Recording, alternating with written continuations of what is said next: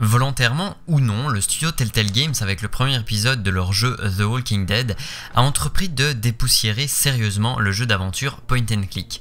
Il faut avouer que si c'était un genre important à une époque, il a vite été mis de côté et a souvent été relégué au rang de genre pour enfants. Et même si les point and click à l'ancienne regagnent un peu d'intérêt, on l'a vu avec le succès de certains Kickstarter, notamment celui de Broken Age ou l'annonce d'une réédition de Grim Fandango, Telltale reste les seuls à apporter quelque chose de vraiment neuf tout en obtenant l'attention du grand public. Qu'est-ce qu'on peut dire sur leur méthode de game design et notamment sur leurs deux derniers titres en date? Voyons-le ensemble dans ce double coup d'œil sur The Wolf Among Us et The Walking Dead saison 2.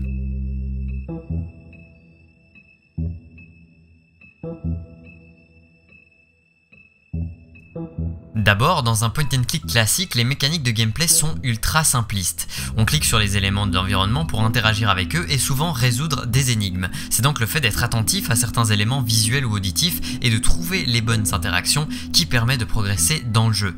Ça représente un certain challenge, mais ça peut s'avérer aussi frustrant tout autant que répétitif et lent d'ailleurs.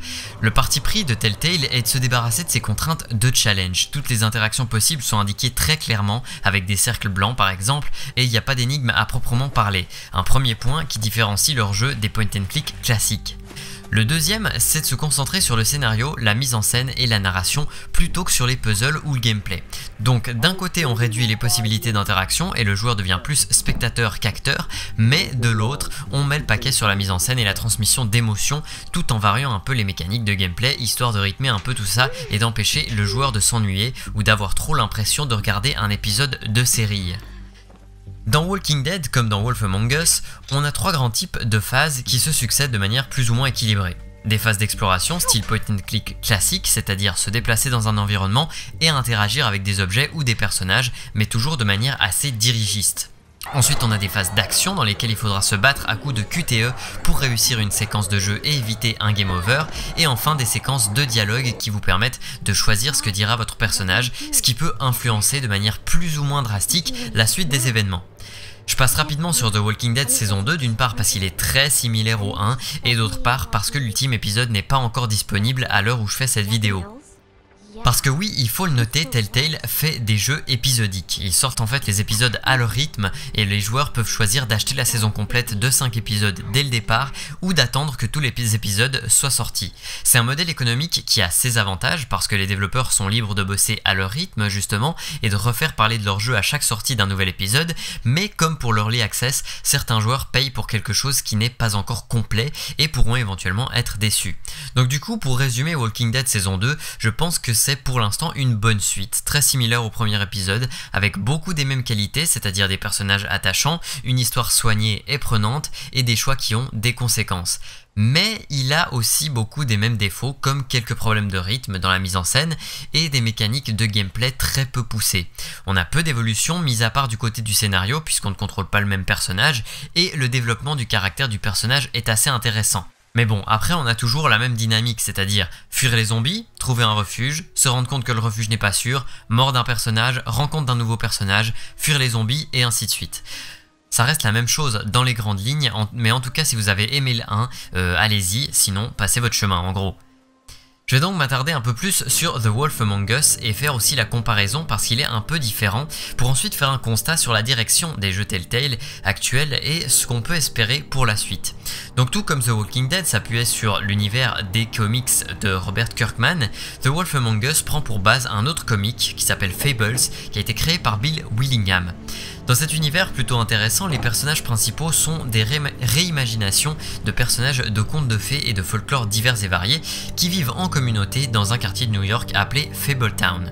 L'idée du mélange des univers est vraiment sympa et ça donne un côté intriguant, très appréciable à l'ensemble. Les personnages fictifs comme Blanche-Neige, Barbe Bleue, Bloody Mary et autres qui se côtoient dans le monde moderne, ça permet pas mal de choses en termes de narration et le jeu peut faire des constats sur notre société de manière détournée, ce qui, de manière intéressante, était justement souvent le but des contes de fées à l'époque où ils étaient écrits. Donc on va incarner Bigby Wolf, le personnage du grand méchant loup devenu shérif de la communauté et qui va se retrouver avec une sombre affaire de meurtre sur sur les bras. L'ambiance genre film noir se démarque vraiment de celle des jeux Walking Dead et le style graphique s'en différencie aussi un peu. L'aspect visuel est plus soigné et les jeux de couleurs et de contraste sont bien plus pertinents, tout comme les musiques qui sont plus variées et accompagnent bien mieux l'action. J'ai trouvé le jeu dans son ensemble bien moins terne que Walking Dead, avec plus de personnalité et une ambiance bien plus séduisante. Il y en va de même pour les personnages qui m'ont paru plus marquants et l'intrigue qui est plus complexe et plus travaillée. Par contre, comme les événements du jeu se passent avant le premier volume des comics, la conclusion du jeu nous laisse pas mal sur notre faim quand même. C'est vrai qu'on peut lire les comics si on veut en savoir plus, mais c'est toujours préférable qu'un jeu se suffise à lui-même. Et l'impression d'avoir joué à une pub de 7 heures pour le comic, c'est jamais très agréable. Après l'univers, chacun l'appréciera selon ses goûts. Personnellement, les zombies c'est pas ma tasse de thé, je trouve qu'on en a vu assez et je suis pas fan du comic ni de la série Walking Dead, mais j'ai donc trouvé l'univers des fables largement plus intéressant. En tout cas, il faut noter que Wolf Among Us met l'emphase vraiment sur sa narration et sa mise en scène, et pour ça semble encore plus linéaire que The Walking Dead ne l'était. Les phases d'exploration et de point and click libre sont beaucoup plus rares que les longues phases de dialogue, ponctuées par quelques phases d'action en mode QTE. Par ailleurs, les choix qu'on fait n'ont souvent qu'un impact trop subtil sur la suite du déroulement de l'histoire, et on a l'impression qu'elles sont plutôt destinées à faire réfléchir le joueur sur sa vision des choses et des questions morales, plutôt qu'à influencer la suite de l'histoire. Du coup, par moment, on se dit quand même qu'on pourrait tout aussi bien regarder un épisode d'une série animée plutôt que de jouer à un jeu. Et à mon avis, c'est la grande caractéristique de ces jeux Telltale, c'est qu'ils nous font parfois nous demander à quoi ça sert que ce soit un jeu. Je dis ça de manière neutre parce que c'est un sujet à la fois épineux, complexe et intéressant.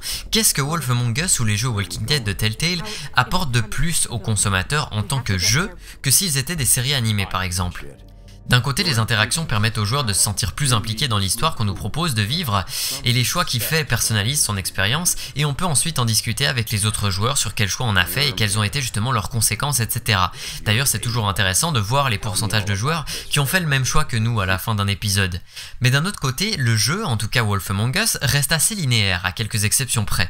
Il a une histoire précise à raconter, avec quelques embranchements qui changent ici et là. Cette histoire, elle est certes très travaillée, bien mise en scène, intéressante, parfois même captivante je dirais, mais est-ce que le fait qu'elle soit racontée à travers un jeu lui rend vraiment service? Les mécaniques de gameplay trop simplistes ne nous connectent pas extrêmement bien au personnage et le fait qu'il s'agisse d'une expérience interactive crée certains problèmes de rythme dans la mise en scène tout autant que dans la narration. Les QTE sont pas mal faits dans les jeux Telltale, mais si vous voulez mon avis, ça reste une mécanique d'un autre âge qui crée aussi des soucis de rythme et une raideur dans certaines animations. Donc ma vision des jeux Telltale, c'est qu'ils proposent des scénarios en général assez sympathiques et bien écrits, mais que paradoxalement, cette prédominance du scénario leur fait parfois oublier qu'ils sont justement quand même des jeux vidéo, et que le gameplay devrait lui aussi avoir son rôle à jouer dans la transmission de l'histoire. Dans Walking Dead saison 1, on sentait au moins que nos choix avaient un poids, qu'il y avait un grand nombre de possibilités de playthrough différents avec les morts de divers personnages, etc., etc.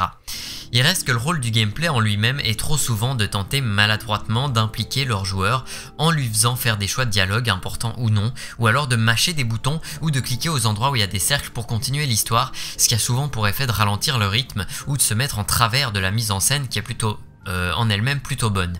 Et cet effet est encore plus flagrant dans Wolf Among Us, où j'espérais qu'on aurait plus de travail sur le gameplay et l'interaction entre gameplay et histoire, mais justement, c'est pas le cas, c'est même plutôt le contraire. Même si l'univers et le scénario sont réussis, le jeu est encore plus linéaire que Walking Dead, et les choix semblent avoir beaucoup moins de poids sur l'histoire, ce qui est peut-être dû au fait que le jeu devait rester cohérent avec la série de comics, étant donné que ces événements se passent justement avant. Il faudra donc attendre Tales of Borderlands et le jeu Game of Thrones pour voir si les petits cas de Telltale sont capables de faire évoluer un petit peu leur formule quand même, en espérant qu'ils se posent plus sérieusement la question de quelle est la plus-value du média interactif par rapport aux films ou aux séries.